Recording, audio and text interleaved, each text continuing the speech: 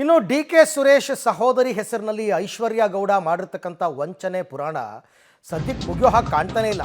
ಇದೊಂಥರ mega serial ಥರ ದಿನಕ್ಕೊಂದು ಎಪಿಸೋಡ್ ಬರ್ತಾನೆ ಇದೆ.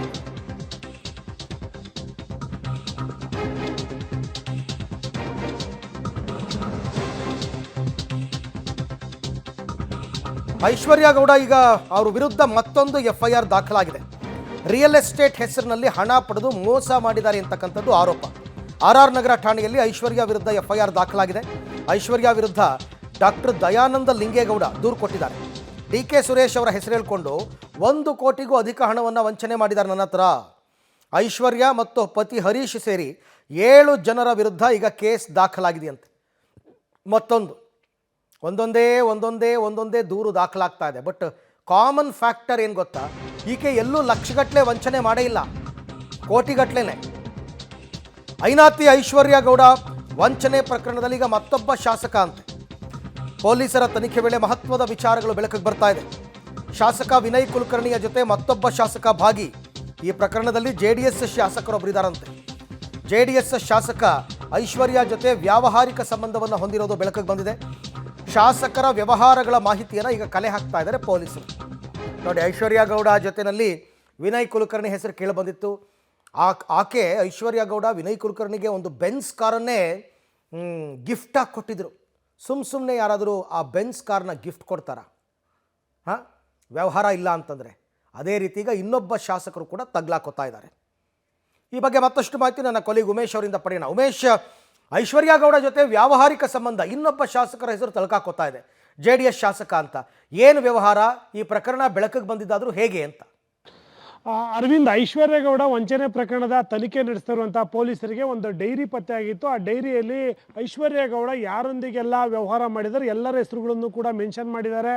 ಮತ್ತು ಅವ್ರಿಗೆ ಎಷ್ಟೆಷ್ಟೆಲ್ಲ ದುಡ್ಡು ಕೊಟ್ಟಿದ್ದೀನಿ, ಅವ್ರ ಹತ್ರ ಎಷ್ಟು ಕಲೆಕ್ಟ್ ಮಾಡ್ಕೊಂಡಿದ್ದೀನಿ ಅನ್ನೋ ಎಲ್ಲವನ್ನು ಆ ಡೈರಿಯಲ್ಲಿ ಉಲ್ಲೇಖ ಮಾಡಿದರು. ಅದರಂತೆ ಈಗಾಗಲೇ ಶಾಸಕ ವಿನಯ್ ಕುಲಕರ್ಣಿ ಹೆಸರು ಕೂಡ ಬೆಳಕಿಗೆ ಬಂದಿತ್ತು. ಅವರಿಗೆ ಬೆನ್ಸ್ ಕಾರ್ ಓಡಾಡೋದಕ್ಕೆ ಅಂತ ಕೊಟ್ಟಿದ್ರು. ಅದನ್ನು ಈಗಾಗಲೇ ಕಾರನ್ನು ವಾಪಸ್ ಕೂಡ ಕೊಟ್ಟಿರುವಂಥದ್ದು. ತನಿಖೆ ಮುಂದುವರೆದ ಭಾಗವಾಗಿ ಒಬ್ಬ JDS ಶಾಸಕ ಮತ್ತೊಬ್ಬ ಕಾಂಗ್ರೆಸ್ ಶಾಸಕ ಇಬ್ಬರು ಹೆಸರುಗಳು ಕೂಡ ಐಶ್ವರ್ಯ ಗೌಡ ಆ ಡೈರಿಯಲ್ಲಿ ಬರೆದಿದ್ದಾರೆ ಅನ್ನೋದ್ರ ಬಗ್ಗೆ ಪೊಲೀಸರಿಗೆ ಮಾಹಿತಿ ಸಿಕ್ಕಿದೆ. ಆ ನಿಟ್ಟಿನಲ್ಲಿ ಪೊಲೀಸರು ಕೂಡ ತನಿಖೆ ಮಾಡ್ತಾ ಇರುವಂಥದ್ದು. ಯಾವ ಕಾರಣಕ್ಕಾಗಿ JDS ಶಾಸಕ ಮತ್ತು ಕಾಂಗ್ರೆಸ್ ಶಾಸಕನ ವ್ಯವಹಾರ ಮಾಡ್ತಿದ್ಲು, ಆ ವ್ಯವಹಾರ ಆದರೂ ಏನು ಅನ್ನೋ ನಿಟ್ಟಿನಲ್ಲಿ ಪೊಲೀಸರು ಈಗ ತನಿಖೆ ಶುರು ಮಾಡಿರುವಂಥದ್ದು. ಹಲವು ಕೋಟಿ ವ್ಯವಹಾರ ಇವರಿಬ್ಬರ ಮಧ್ಯದಲ್ಲಿ ಬ್ಯಾಂಕ್ ವ್ಯವಹಾರ ನಡೆದಿರುವಂಥದ್ದು ಪೊಲೀಸರ ಪ್ರಾಥಮಿಕ ತನಿಖೆಯಲ್ಲಿ ಗೊತ್ತಾಗಿದೆ. ಆದರೆ ಯಾವ ಕಾರಣಕ್ಕಾಗಿ ಅಮೌಂಟ್ ತಗೊಂಡಿದ್ದಾರೆ ಮತ್ತು ಅಮೌಂಟ್ ಕೊಟ್ಟಿದ್ದಾರೆ ಅನ್ನೋದ್ರ ಬಗ್ಗೆ ಪೊಲೀಸರಿಗೆ ಇನ್ನೂ ಮಾಹಿತಿ ಸಿಗಬೇಕಾಗಿದೆ. ಇನ್ನು ಪ್ರಾಥಮಿಕ ಹಂತದಲ್ಲಿರೋದ್ರಿಂದ ಅವರಿಬ್ಬರ ಹೆಸರುಗಳನ್ನು ಕೂಡ ಪೊಲೀಸರು ಹೊರಗಡೆ ಬಿಟ್ಟಿಲ್ಲ. ಅದ್ರ ಜೊತೆಗೆ ನಿನ್ನೆ RR ನಗರದಲ್ಲಿ ಮತ್ತೊಂದು ವೈದ್ಯರ 1 ಕೋಟಿ ವಂಚನೆ ಆಗಿದೆ ಅಂತ ಕೂಡ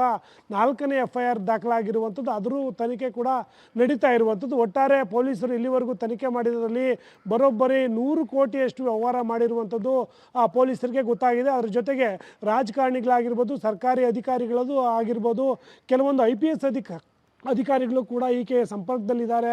ಅವರ ನಂಬರ್ಗಳು ಕೂಡ ಆಕೆ ಮೊಬೈಲಲ್ಲಿತ್ತು. ಅವರ ಜೊತೆ ವ್ಯವಹಾರಿಕ ಸಂಬಂಧ ಮಾಡಿರುವಂಥದ್ದು ಕೂಡ ಬೆಳಕಿಗೆ ಬಂದಿದೆ. ಒಟ್ಟಾರೆಯಾಗಿ ಈ ಪ್ರಕರಣ ಅಂದ್ಕೊಂಡಿದ್ದಕ್ಕಿಂತ ಇನ್ನೂ ದೊಡ್ಡ ಮಟ್ಟದಲ್ಲಿ ಹೋಗ್ತಾ ಇರುವಂಥದ್ದು.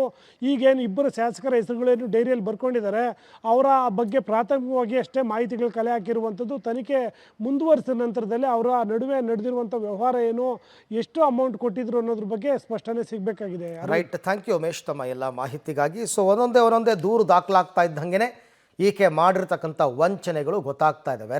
ವೆರೈಟಿ ವಂಚನೆ. ಬಟ್ ಎಲ್ಲವೂ ಕೋಟಿಗಟ್ಟಲೆ, ಲಕ್ಷಗಟ್ಟಲೆನೂ ಇಲ್ಲ, ಎಲ್ಲ ಕೋಟಿಗಟ್ಟಲೆ ವ್ಯವಹಾರಗಳು.